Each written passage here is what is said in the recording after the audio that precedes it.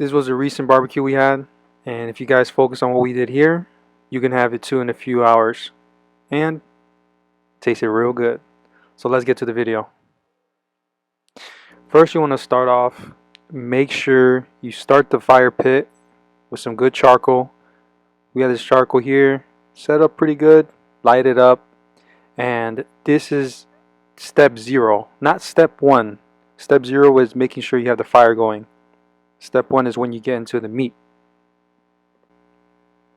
You see smoke coming up, just like the Pope. Okay, now here is step 1. You're going to want to make sure you get all these seasonings together, right? Onion powder, salt, brown sugar. There's a lot of ingredients we have in the description. But make sure you get it all together. Mix them together.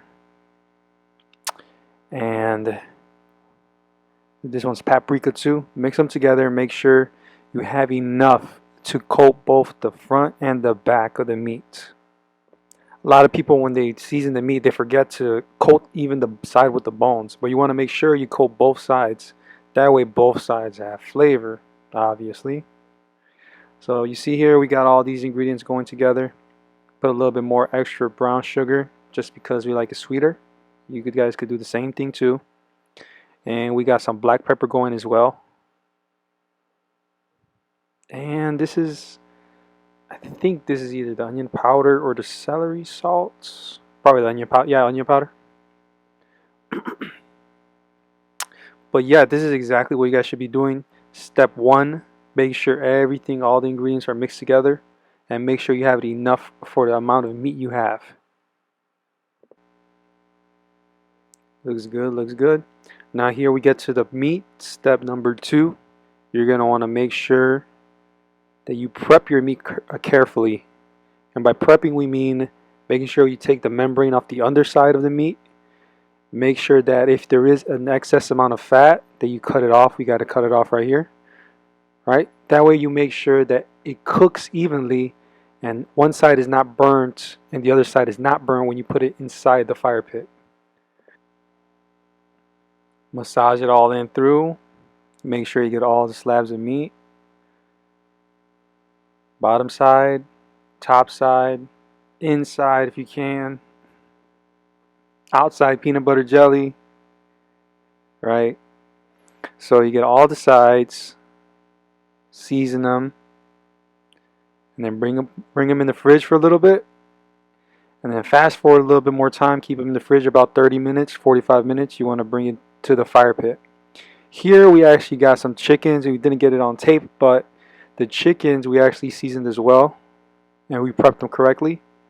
And we put them on the smaller side. And then we lay down the main player of the day, the ribs. So this is how we prep them inside of the grill, evenly spaced, and then just close it and wait about 2 hours, right? Give it 2 whole hours, and then in the meantime you can prep other stuff, maybe like vegetables if you want, some type of side dishes. In this case we made homemade salsa. That is garlic, smoked garlic from the grill. We made it with some tomato sauce, some tomato, onion, yeah, some lime.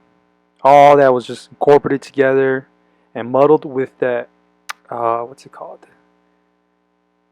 That little muddler stick. I'm not sure, I can't think of it right now. But yeah, that's what we did with that. Get it all together, make sure everything's good, and that's how it looks. Checking in on the chicken.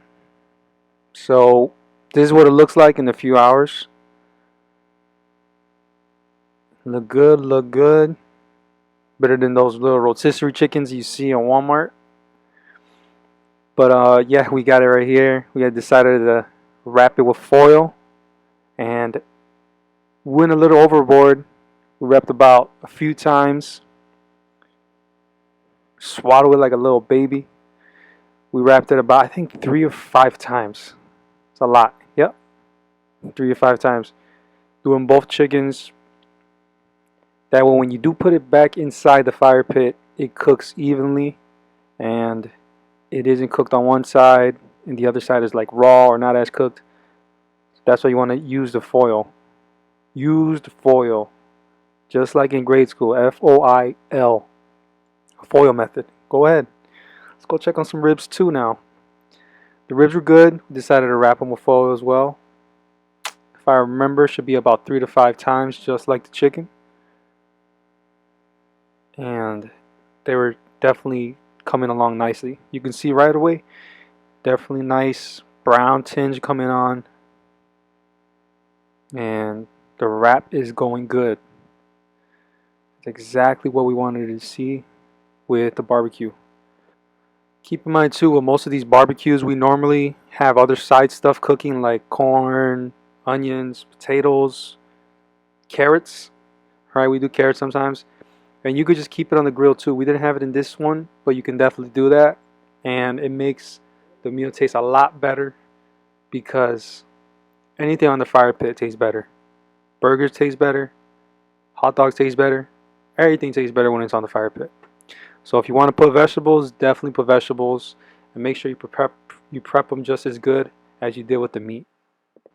You just seen the thermometer. That's how hot it was getting with the grill.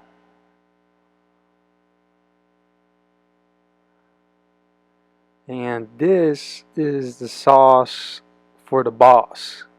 We use this for the ribs. It's real good. It's not too excessively sugary. It's not so sweet, but it does give it a little hit when you eat it with the ribs. So we decided to coat it and let it sit on the ribs inside the grill with that coat. You want to make sure too when you coat it, you coat all the sides. The sides with the ribs poking out, the bones. You can the underside too. A lot of people forget that. It's important though, because you want the ribs to taste excellent, magnificent. And in order to make it magnificent, you gotta do magnificent things. Put in a little bit of time and you'll get a better outcome.